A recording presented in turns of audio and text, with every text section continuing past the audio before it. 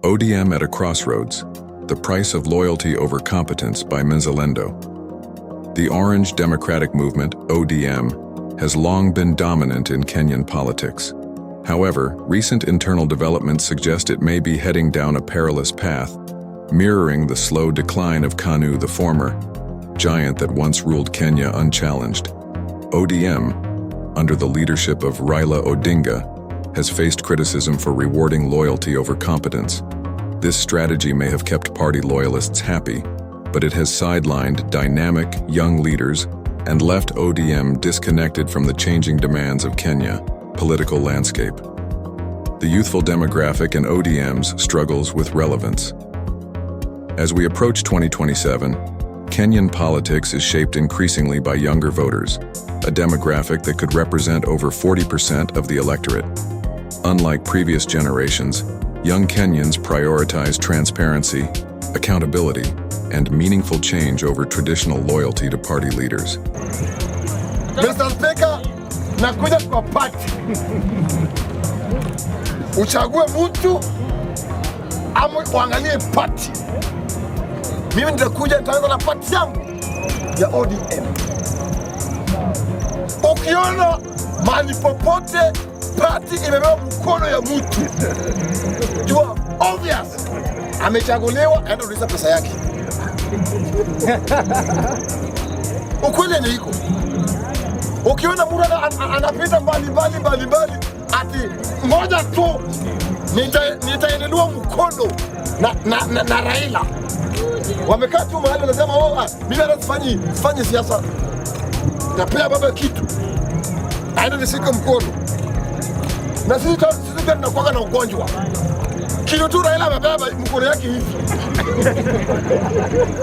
Tunapiga tu. Yaani sasa zingine unasema tu baada sipigi. Na Raila Odinga achukue tu mkono yake pap. Hata kama huyu jamaa alikuwa mbaya aje, unashuka tu umepiga kura. So mimi ningeambia vijana na wazee pia, ikifika 2027 usipigie party kura. Usiangalie party, angalia mtu. Angalia wale wote wenye shikwa mkono ndio wanasumbua hii Kenya kushinda wengine. Their expectations clash with the current structure within ODM, where loyalty is often prized over the ability to deliver effective governance. This disconnect is evident in ODM's approach to internal leadership appointments and primaries, which often favor long-standing loyalists. While these figures have shown allegiance to Raila Odinga, they may lack the drive or innovation to respond to the urgent challenges that Kenya faces today. Many capable young leaders find themselves marginalized within the party, leading them to question whether ODM remains a viable vehicle for the change they seek. The KANU parallel. Lessons ignored.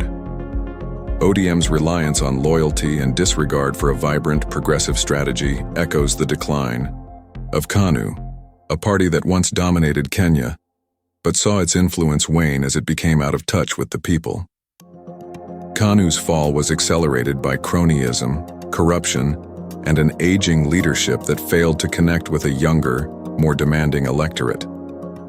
Similarly, ODM's current approach risks alienating the youth and weakening its grassroots support. Corruption and mismanagement, particularly during party primaries, add to the party's woes.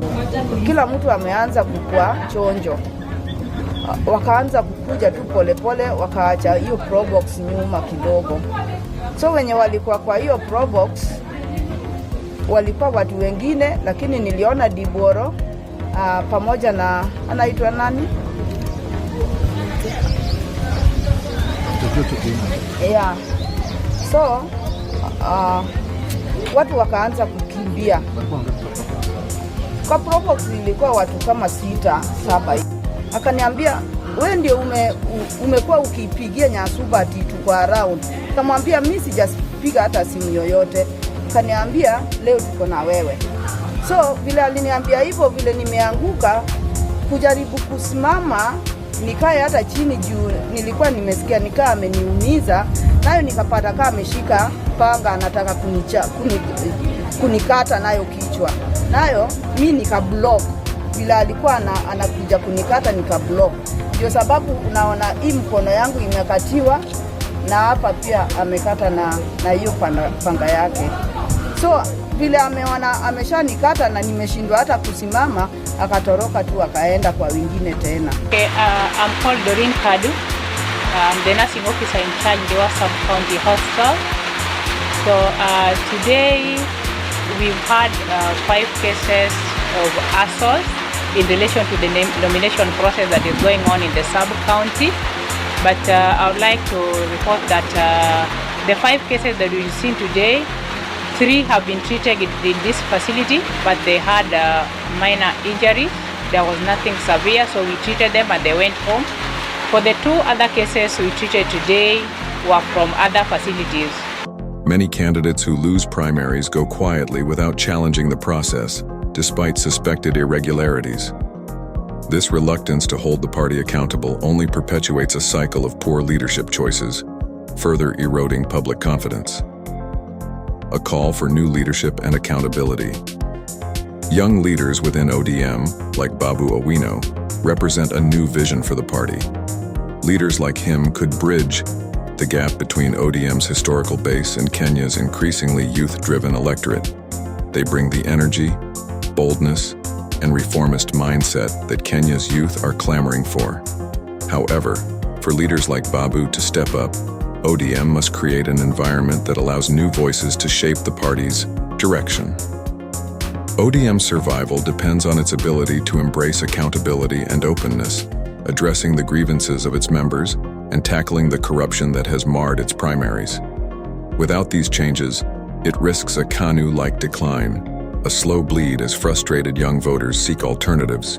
The road ahead for ODM is at a crossroads where it can either continue down a path that prioritizes loyalty or redefine itself as a party that champions the aspirations of all Kenyans, especially the youth.